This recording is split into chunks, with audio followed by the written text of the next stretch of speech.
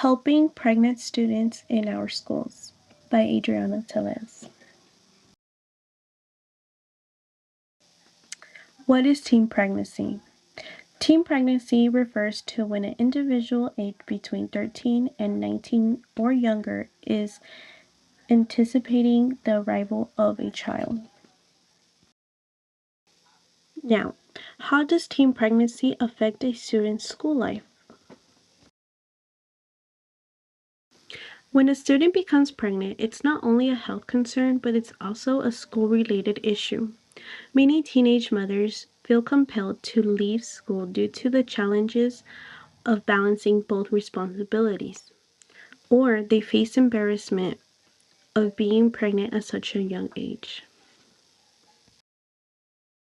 Historical progression: how things have changed. History. Then, during the mid-20th centuries to the early 1970s, pregnant students were frequently expelled or sent to special homes. Now, since 1972, a law called Title IX says schools cannot kick them out. They have the right to be here. What is Title IX? Well, let's talk about that on slide 6. The number. Stats.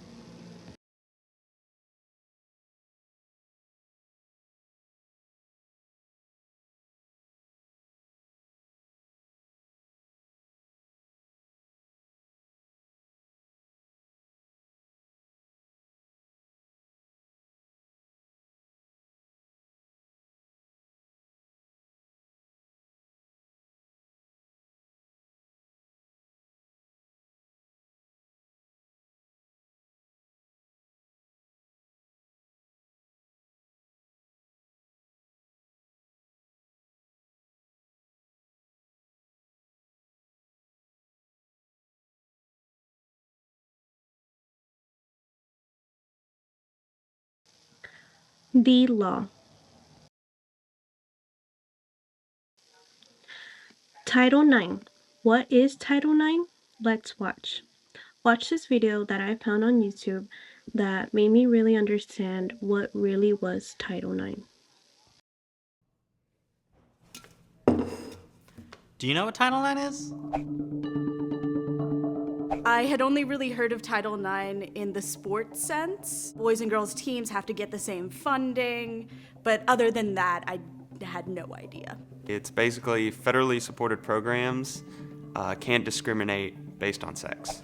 That's part of it. Originally, Title IX was a federal law that ensured gender equality in sports, but in 2011 it was expanded to include a lot more. Title IX now ensures fair treatment in matters including sexual harassment, discrimination based on sex, sexual assault, pregnancy, and parenting. Let's look at some scenarios that Title IX covers. A student who is pregnant has to miss a class for a doctor's appointment. She cannot make up the points she missed. Okay, that's stupid. That's not fair. So I don't know if, like, is he discriminating against her because she's a female and pregnant, or she's just an A professor at a university is known for calling female students a whore in class. That's super messed up. No one, regardless of who you are, where you're from, should be put down in a learning environment. Close to 1 in 4 female undergraduate students have been sexually assaulted or raped. So I think it's a surprising statistic in that it shouldn't be that way. 1 in 4 is just crazy, but I also, unfortunately, don't find it surprising. 68% of sexual assaults on college campuses aren't reported. Yeah, I can see that. I knew a lot of people don't report, but I was thinking it was more like 30, 40%. A lot of students just are ignorant of, what their rights are. I didn't know that, Title IX covered all these things. If you or someone you know is sexually assaulted or discriminated against, you have the right to report the incident and be treated fairly under Title IX. I think if more students knew about Title IX, they would report incidences like that where an infraction may have occurred and it needs to be investigated. When you report it, it sets a precedence of how cases are filed later on. You reporting what happened will only help you. It's really important for people to know that nothing can be done unless they do report it. To report an incident, contact a Title IX coordinator in person, via email or phone, or online. And to learn more about what Title IX is, what it covers, and how it can help you, go to uab.edu/Title IX. The moral versus academic view. Community may see teen pregnancy as a moral mistake and worry that helping students prevents the behavior. Educational/legal perspective sees that a student as someone as a basic right to an education, aims to end the cycle of poverty.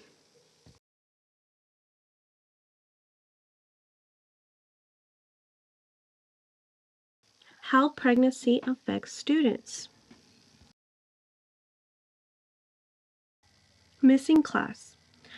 They miss school for doctor's visits or because they are sick.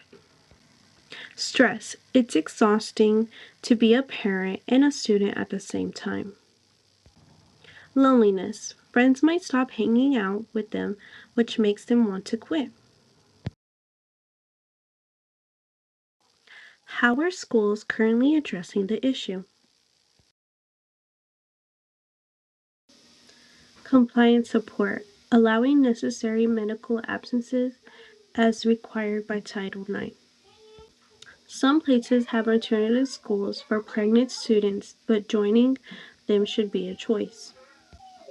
Homeschooling, offering weekly packets or a tutor for students who are on bed rest or recovering right after giving birth. How can we do better to support? Childcare. If a student has no one to watch their baby, they can't go to school. Private space.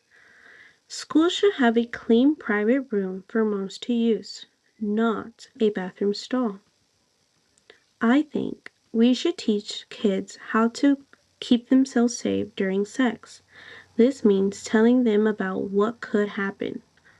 Also, bringing back parenting classes in the school might help. Tips for teachers. Counselor.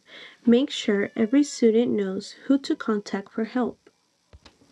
Trauma-informed teaching. Training teachers to notice the toxic stress students deal with at home. Building a school culture where students feel accepted after giving birth instead of feeling ashamed. Thank you so much for watching my video on how to help pregnant students in our schools. Thank you so much. Bye.